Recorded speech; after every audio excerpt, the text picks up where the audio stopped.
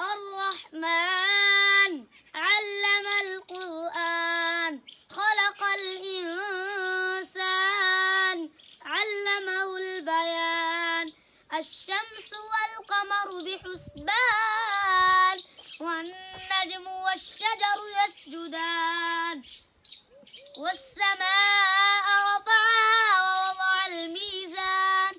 ألا تطغوا في الميزان وأقيموا الوزن بالقسط ولا تخسروا الميزان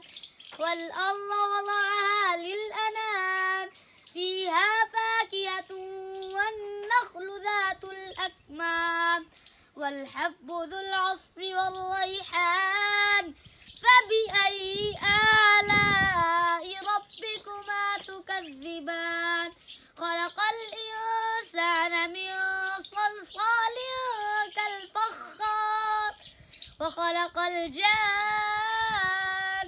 من مارج من نار فبأي آلاء